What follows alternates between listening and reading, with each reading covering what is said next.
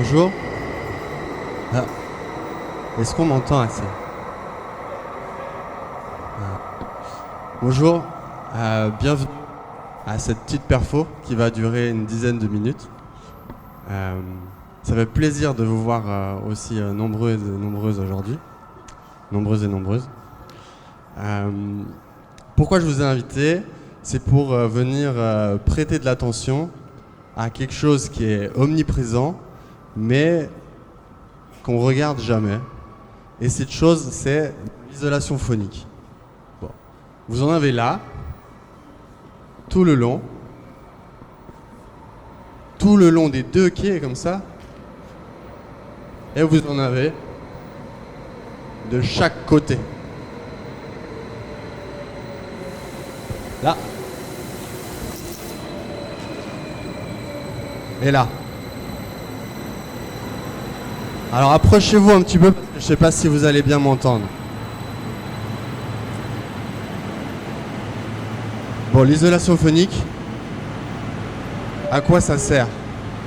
Comme son nom l'indique, c'est pour absorber du son, et il y en a qui sont faits de différents matériaux.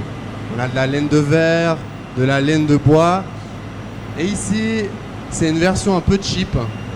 Sorte de plastique aggloméré avec un morceau de mousse vissé contre le mur. Et je sais pas vous, mais ça me donne un petit peu l'impression d'avoir été rajouté à la fin sur les plans en dernière minute, quoi. L'architecte Jean Nouvel de Paris, il a pensé monumental, espace, respiration. Et au dernier moment, il a dit what? Mais quand même, le bruit.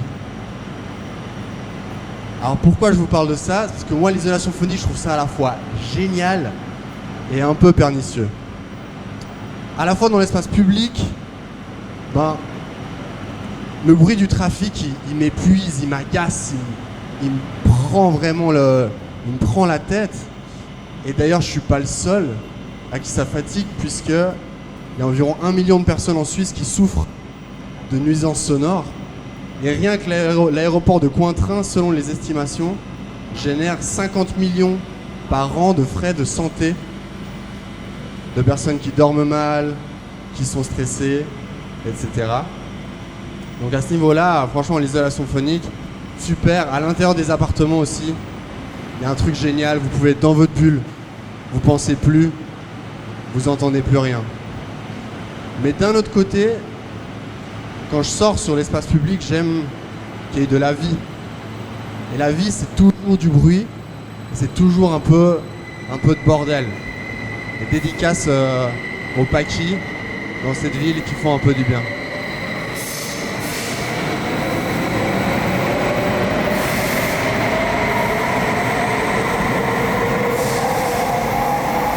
Bon. Et en même temps, si on y pense aussi, conséquences étranges dans les appartements, tant que vous entendez vos voisins, même s'ils vous saoulent, vous savez qu'ils sont là. Quand vous êtes dans votre petite bulle, vous ne pouvez plus entendre, donc votre voisin, votre voisine peut soudainement crever dans un grand cri et vous n'entendrez rien. Petit côté pernicieux, isolation phonique, isolation sociale. Pourquoi je vous parle de ça aujourd'hui? Parce que moi je me suis posé la question, permettez-moi une métaphore un petit peu forcée, un petit peu osée, est-ce que l'isolation phonique ce serait pas la quintessence, l'expression même, sous forme matérialisée, de notre culture du silence en Suisse? Vous l'avez certainement remarqué, dans ce pays, tout doit converger vers le calme. Faut pas prendre sa douche après 22h, on n'aspire pas le dimanche et on va même mettre du revêtement phono-absorbant jusque sur les autoroutes pour que ça fasse moins de bruit. Une manière d'éviter les embrouilles, qu'on n'aime pas les embrouilles, sans rien changer à nos habitudes. Et du coup, l'isolation phonique, enfin plutôt les nuisances sonores sont dans tous les esprits, de la conversation de café jusqu'au sommet de l'État. Et il faut toujours se souvenir quand même qu'une petite messe basse peut se transformer en cri strident avec le temps, malgré les efforts qu'on peut faire. À ce niveau-là, l'isolation phonique, elle est aussi toujours sélective.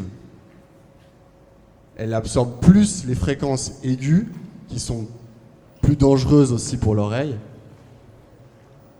et elle laisse d'autres fréquences basses et messes basses. Ah, et encore un point technique, il faut toujours isoler au moins 2 des 6 murs, là en l'occurrence il n'y en a que 4 vu que le train qui passe à travers, pour que ça soit fonctionnel. Chose étrange, au Palais fédéral, à Berne, ils ont réussi à développer un type d'isolation phonique qui a une autre sorte de filtre. Je vous disais que ça allait plutôt absorber les fréquences basses ou les fréquences aiguës. Et là, on est sur un filtre particulier. Par exemple, si dans un élan patriotique, vous dites immigration sur le thème du Yololahihu, immigration, ça rebondit dans tous les sens et tout le monde l'entend. Immigration, immigration, immigration, immigration, immigration.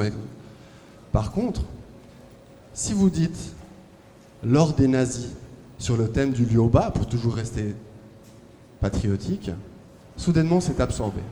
Mais je vais quand même m'essayer à cette petite transition qui servira également d'interlude musical.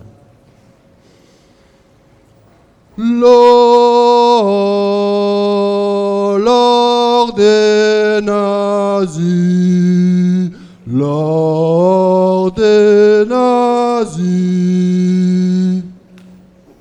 Ici on voit que ça résonne un petit peu, mais au Palais fédéral, très étrangement, ça semble être complètement étouffé. Mais comme je vous l'ai dit avant, une petite messe basse peut se transformer avec le temps en cri strident. Et qu'est-ce qui s'est passé suite à la Deuxième Guerre mondiale, contexte de la guerre froide, etc. Là, en Suisse, pendant la Deuxième Guerre mondiale, il ne s'était rien passé. Grâce au réduit national du général Guisan, l'armée, fière, s'était retranchée dans les montagnes et l'Allemagne nazie, la puissance de l'Axe, avait eu peur et n'avait pas envahi notre territoire. Ça, jusque dans les années 90, c'était la version officielle. Bon. Mais avec le temps, la pression internationale augmentait toujours plus sur le Palais fédéral. Permettez-moi ici de représenter la coupole dans une tentative d'art figuratif un petit peu cavalière. Bon.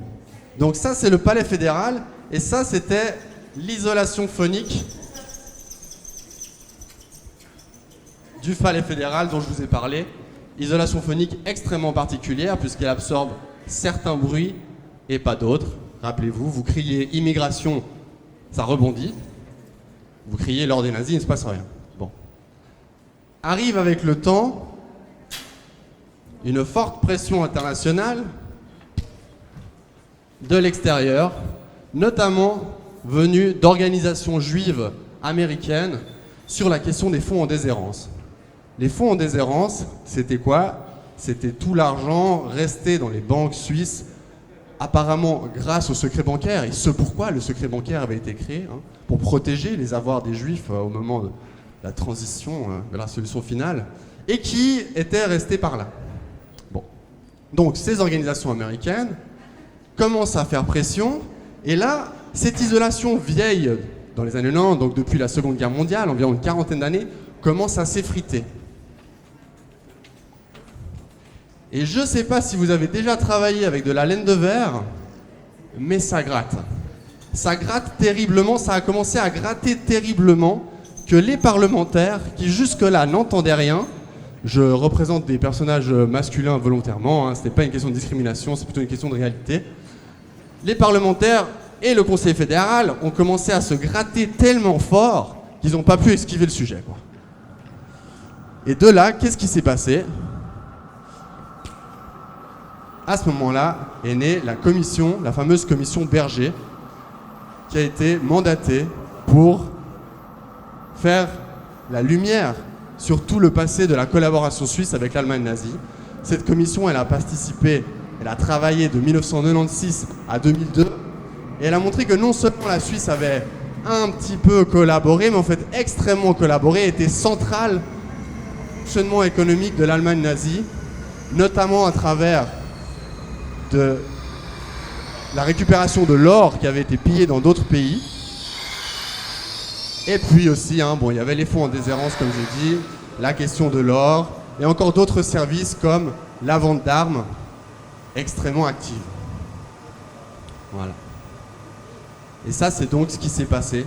Ça a fait Il y avait beaucoup de pression, non seulement à ce moment-là, mais aussi sur le travail de la commission Berger, hein, des dizaines d'historiens et historiennes, sous pression, En 2002 sort le rapport, boum, explosion, scandale, un grand cri. Je vous avais dit que cette messe basse qui n'avait pas trouvé de débouché est sortie d'un coup.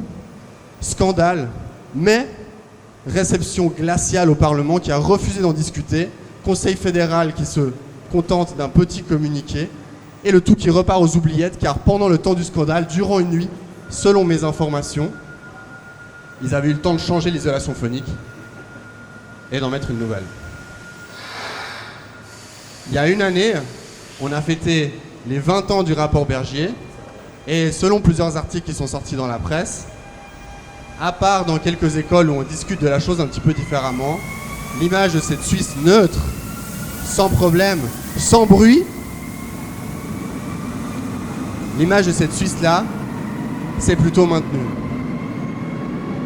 Bon. Et ce qui est un peu d'étrange, c'est que... Voilà, on a parlé du risque de cette isolation phonique à long terme, etc. On dirait que même avec le temps, elle a tendance à s'incorporer dans les corps et générer une sorte de surdité générationnelle qu'on appelle en général le déni, qu'on remarque sur différentes thématiques aujourd'hui, comme la question climatique également. À force de sédimenter, bon là, ça a beaucoup gratté. Apparemment, il y a d'autres processus d'intégration physique de cette isolation phonique qui sont possibles. Et du coup, on remarque qu'en fait, les politiciens, comme dans les repas de famille, laissent planer la tension et parlent de tout ce qui n'est pas nécessaire pour éviter de s'emparer des vraies questions. Moi, là au milieu, je me suis toujours senti un petit peu mal à l'aise. Ceux qui me connaissent ici savent que déjà que je la tiens ouverte toute la journée de base, parce que j'ai peur du vide dans les interactions. En plus, j'ai toujours trouvé bizarre qu'il faille cacher des choses. Et même au-delà de trouver bizarre, j'ai jamais réussi. Jamais. Et du coup, toute cette question du poids des convenances, etc., ça m'a toujours semblé étrange. Et on remarque aussi que finalement, parler d'un sujet, c'est lui donner un certain écho. Et l'écho, dans l'histoire suisse, il est central. C'est le moyen, c'est la liberté primitive du son qui a permis de communiquer entre les montagnes. Et donc redonner de l'écho, c'est comme revenir à cette mouvance du son sur le territoire avant l'isolation phonique. Et du coup, pour conclure cette petite performance, j'aimerais vous inviter, sachant que nous sommes à côté des rails de train, et que ces rails de train nous relient directement à Berne, et que comme vous le savez, parce que vous l'avez vu dans des westerns, quand on met l'oreille sur les rails, on entend. J'aimerais vous inviter, avec toutes celles et ceux qui sont motivés, à venir crier très fort lors des nazis sur les rails pour envoyer un message à Berne. Alors que toutes les personnes qui sont d'accord et sont motivées, venez seulement. Venez seulement. Par là. Berne, c'est par là-bas. Vous êtes prêts?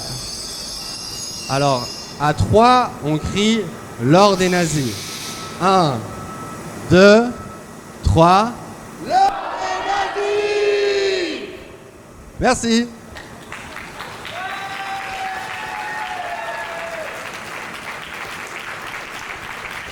Merci. Merci à Lutz et Karel à la vidéo, à tous les amis qui ont donné des idées. Voilà. Comme toujours, c'est un processus participatif.